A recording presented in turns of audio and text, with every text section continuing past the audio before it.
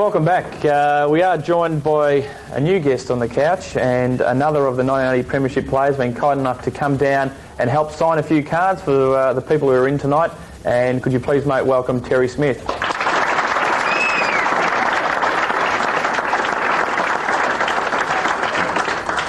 Now, Smithy, I'm just going through your stats. You were an interesting one. You came from Swan Hill, played for Tintinda, played exactly 100 games of VFL footy, and 56 of them with Richmond.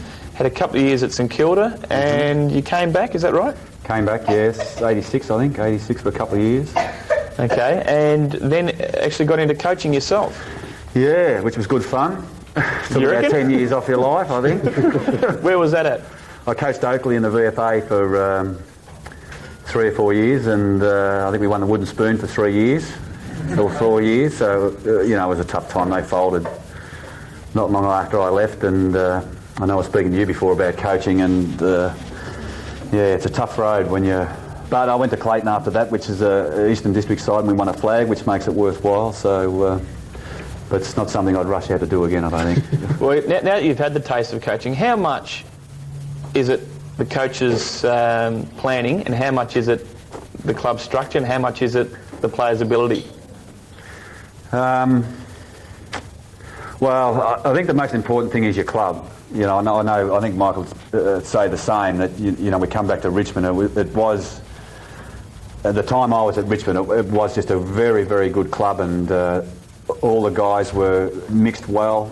You know, the club, and it still does, it still has that aura about it, but, you know, it was Richmond, and you sort of sent a bit of a shiver up your spine to be at Richmond, and I think that that's, to me, is the most important ingredient. If you've got that, you know, that all your players focused on something and the club focused on something, of course you've got to have the players, which we were lucky enough to have in 80, but you know, if you haven't got all that, you can have all the best coaching strategy in the world, and you know, which you know yourself, like I know when I coached Oakley. Not that I'm saying I was a very good coach, but I mean, there's not much you could do when you never had the players or things weren't going right. So.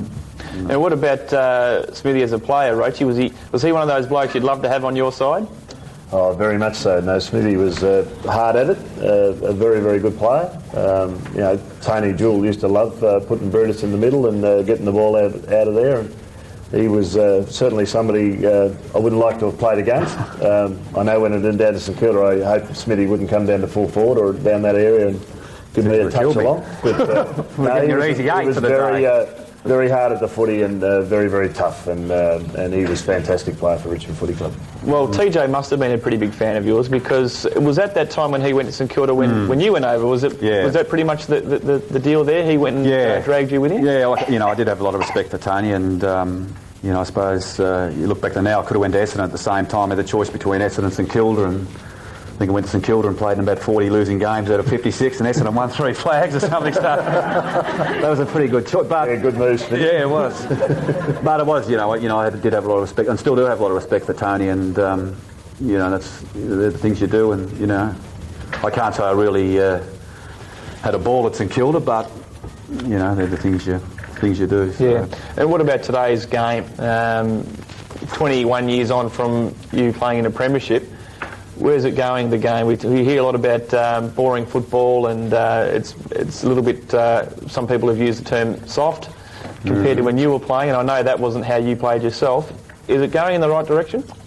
Well, I really don't see, you know, I don't see enough of the footy nowadays really to comment bar on telly. You know, I've only finished playing last year, so the games I do watch, I must admit, you don't like being an old player bagging football, but I do find some games very boring. You know, it's just, you know, I know the flooding's the thing at the moment, but you don't see many Michael Roach marks or big hard bumps, or it tends to be down a wing and back, and so I must admit I do find boring, but I mean that's the way footy is at the moment. It'll probably change, and I'm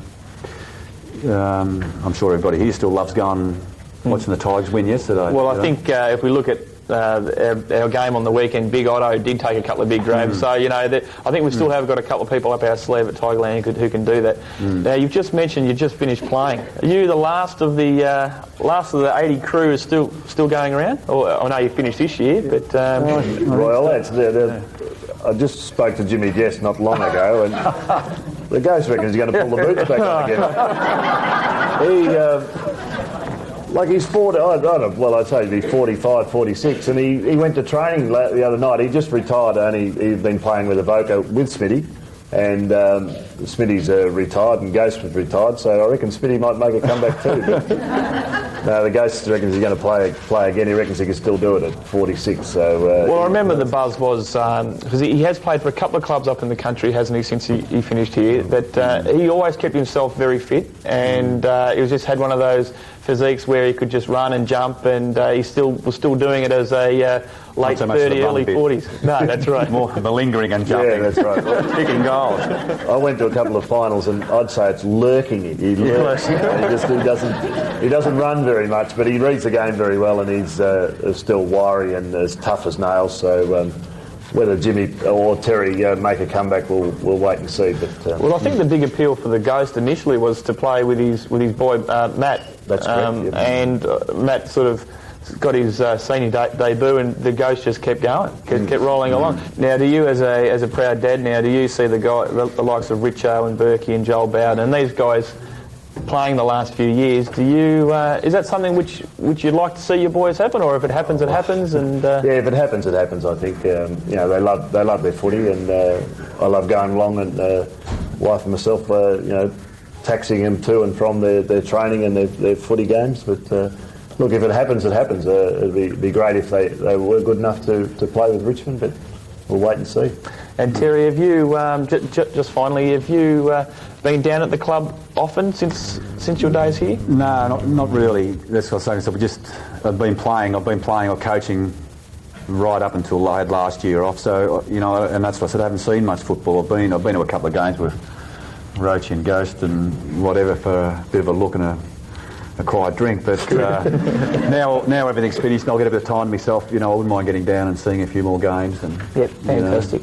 Well, look, I have to thank the pair of you for coming in, and of course our other guests who made their way in tonight, and of course everyone who is in the room this evening. A terrific turnout.